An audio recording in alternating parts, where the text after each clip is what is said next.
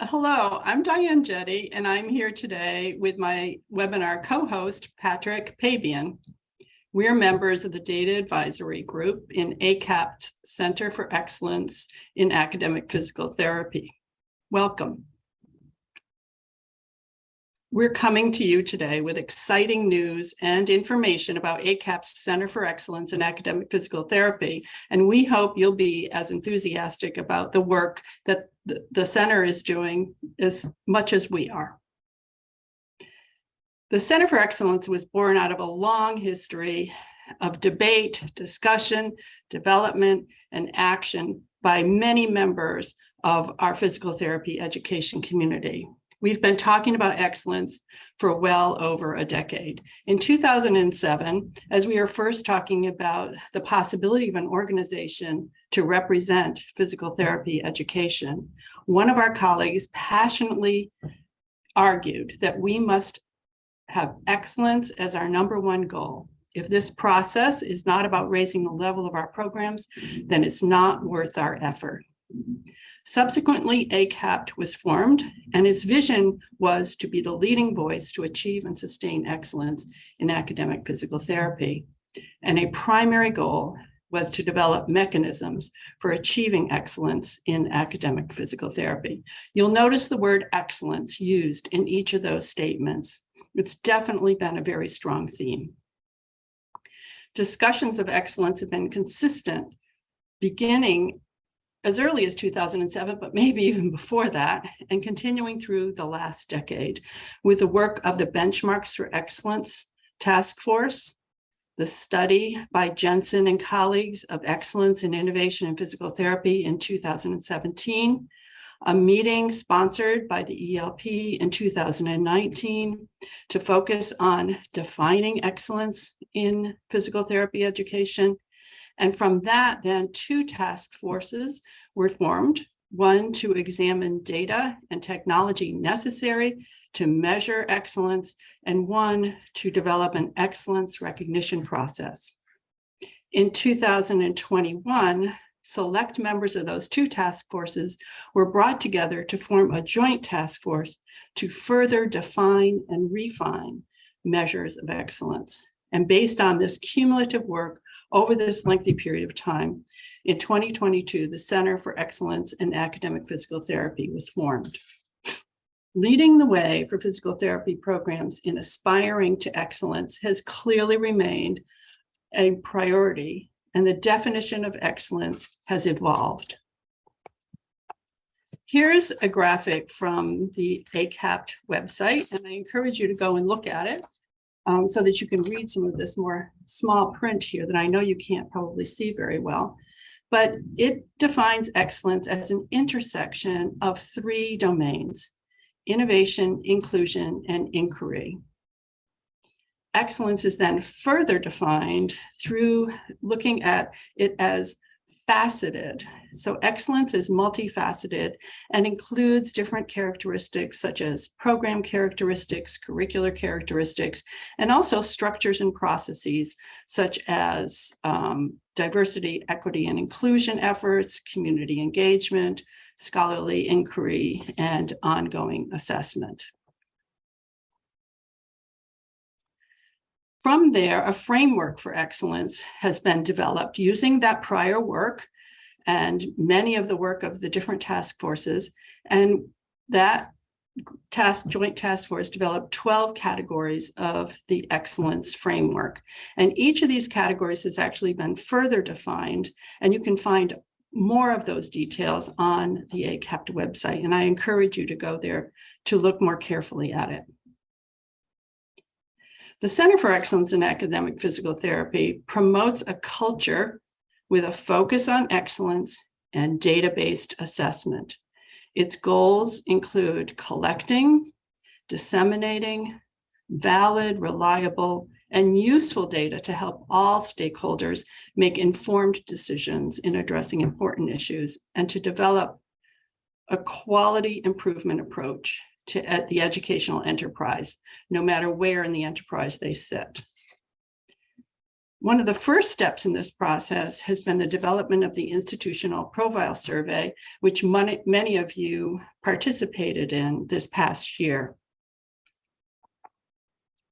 We are well on our way to realizing the vision and establishing a culture of data sharing, self-reflection, benchmarking, continuous quality improvement, and focus on educational research so that we can be evidence-based.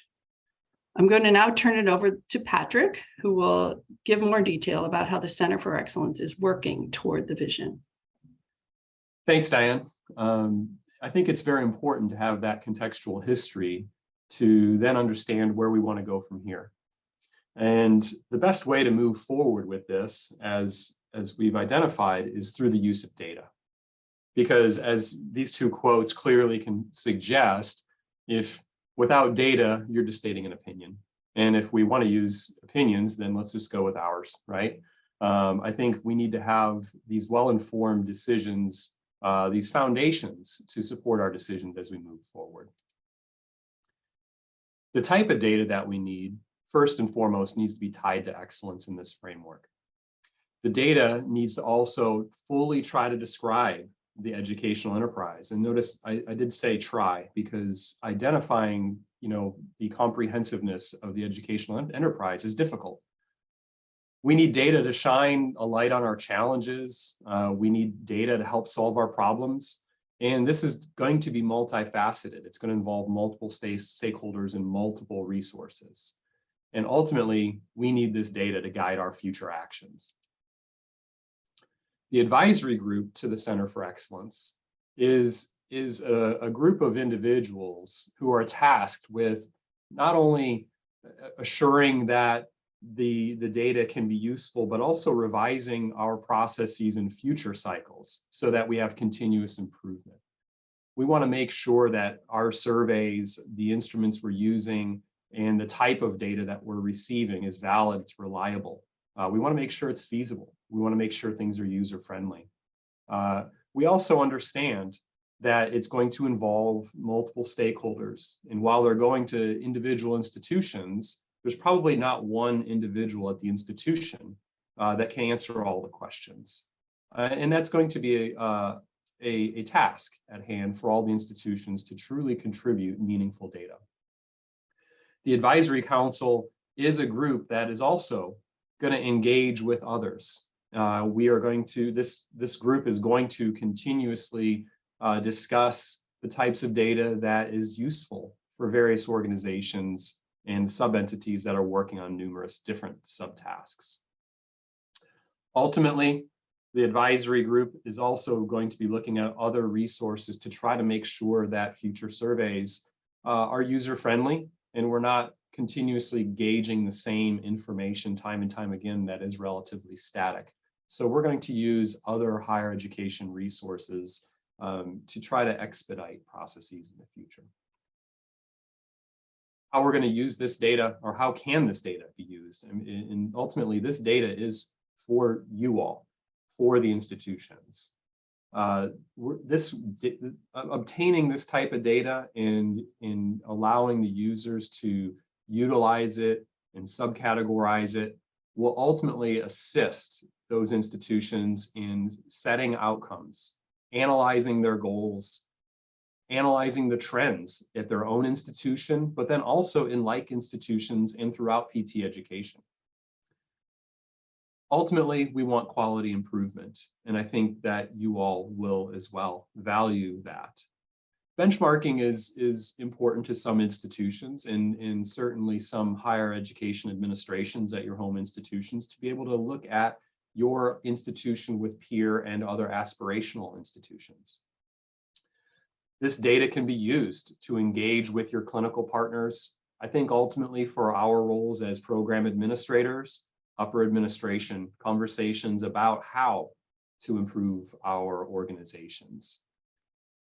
This data can be used to track ACAPT motions or other areas of interest to members. And ultimately, we do need more evidence-based practices within the educational research enterprise. And this data should be useful in engaging our community of scholars in driving that forward. So the next several slides are various examples. And some of these things are just asides, but I think some of you will find useful information in just visualizing some of this data that is accessible.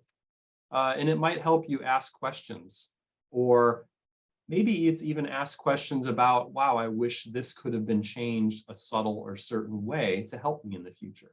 And that is the goal of the groups, the advisory group, and this continuous improvement of the data collection instruments for the utilization of you, the consumer. So for instance, this is a table demonstrating the program duration lengths. And we see differences marked out between private and public institutions. And this might help guide you in thinking about changing your program lengths if that is something that's on your radar. We're not going to suggest that you need to do certain things. This is just simply for your information and allow you to interpret it. Now you see public and private is being separated, but the future of the institutional profile survey and the management system that you will be able to utilize will allow you to break this down even further to those like or peer institutions, or in certain other domains, such as Carnegie classification, maybe regional, maybe the region that your institution is in. So I think that should be able to help you in informing your decisions. The next hot topic out there is costs.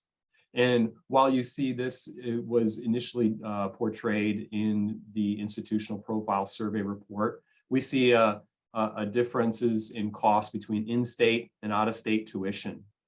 And as you simply look at this from afar, you see a relatively normal distribution, and then this kind of bimodal distribution that seems to appear on the in-state tuition. But as we think about this further, and one of the thoughts that I had when I first saw that was, well, wait a minute, I think there might be differences in the public versus privates here. So maybe we can look at that. So in this data can be drummed down further to then see, here are the public universities for in-state tuition, and here are the private universities for in-state tuition. And I certainly recognize that many private universities don't have a distinction between in-state or out-of-state, but this at least allows the data to be categorized or drummed down further to inform you about where do you sit in relation to tuition scale compared to your other like institutions. And wouldn't it be nice to be able to drum this even further down, maybe into regional institutions or other like-minded institutions based on Carnegie classification or other aspirations. Here we see what happens to those public universities as they relate to the private universities in their tuition scales once we look at out of state.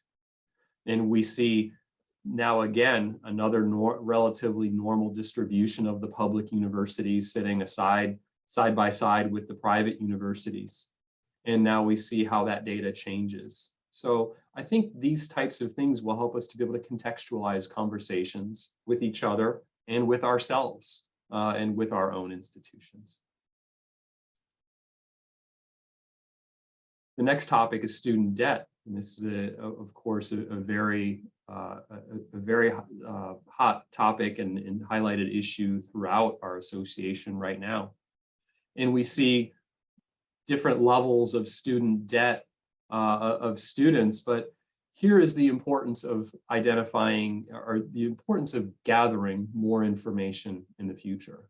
And I have my cursor right here on that. 73% of our respondents have reported unknown, meaning we do not have a finger on the pulse of student debt at our own institutions. And I think this in and of itself should be ammunition for numerous of our researchers to find out why. It should be an ability to, it should engage us with conversations with our institutions to find out why can we not get this information in a timely fashion.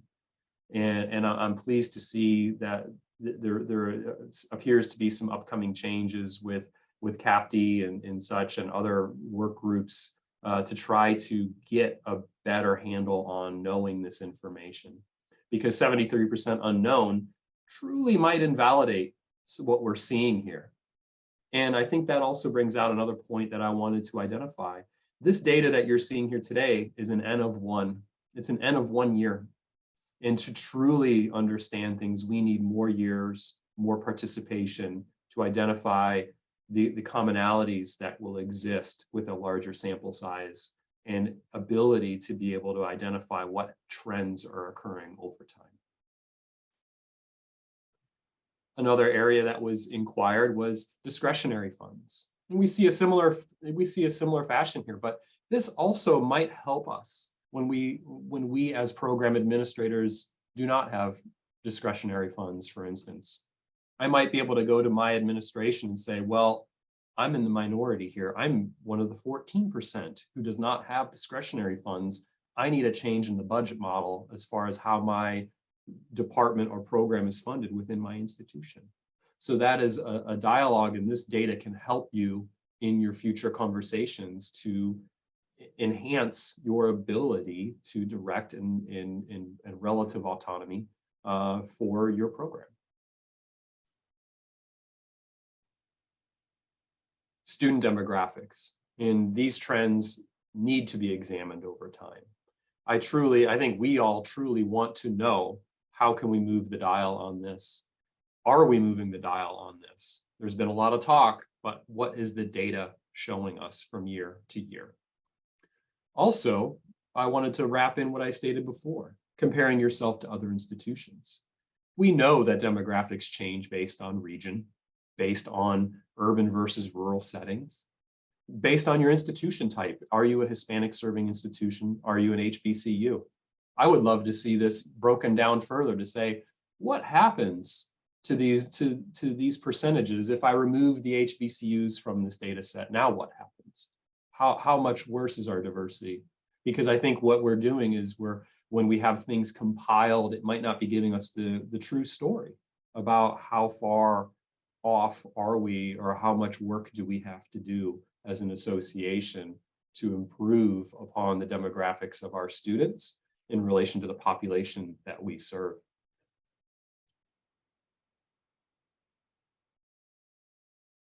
Next, we can look at leadership. And some of our leaders in the association are very much interested in the stability of an organization's leadership, in assumption that stability could more so assist in moving an institution forward. We see the different the timeline under which program directors or directors of clinical education have been in place. And when we look at this here, we can see that, for instance, 55% of the program directors in our institutions, and this was nearly 200 who responded, 55% have had program directors who have been there less than 4 years. And in prior positions, the prior program director, we see that there was 35% that were there in less than 4 years. So that kind of gives us an understanding as far as how frequent leadership changing within our institutions. And we can see the same thing in directors of clinical education. And you, for one, can decide if these numbers are acceptable or if there needs to be changes to try to make sure that there's greater longevity to that within your institution. Next, these next few slides are examples about how this data can be broken down further as we enter into a management system relationship to allow you, the user, to be able to examine things further. So these were other questions that our advisory group came up with, just to kind of throw out some ideas as far as what would I want to know. And one being, well, how many institutions have an assistant or associate program director? Because I know that happens some places, but it's not every place, right? I don't know. I only know the bias and assumptions that I have of myself and my close colleagues who I inquire this information from. until we get it and collect it comprehensively. And as we see here, that there may be some subtle differences based on the type of institution you are. So this data can be broken down, for instance, based on different levels of Carnegie classification. And then in this case, we can see that, for instance, doctoral universities, 63% do not, but doesn't that mean 37% do have an assistant or associate, at least one assistant or associate program director? But that still truly doesn't tell the whole story, because the next slide can break it down even further to suggest, well, what about the size of the program? Maybe having more students matters, right? And as we know, more students means more administrative overhead that's required. And in this case, we see if you, for instance, are thinking, yes, I want an assistant program director, I need one. Well, let's see if the data supports you in your statement. I guess it might depend on how many students you have. If you're a smaller program and you have less than 100 students, well, 88% do not. Only 12% out there do. But as you take more students, your likelihood of having one goes up. And maybe this can help you along the way to say, you know what, we're close to 200 students and 43% of 43% of the programs out there have at least one assistant or associate program director, and I need one because of these other additional reasons. This data can add to your argument as you approach your administration.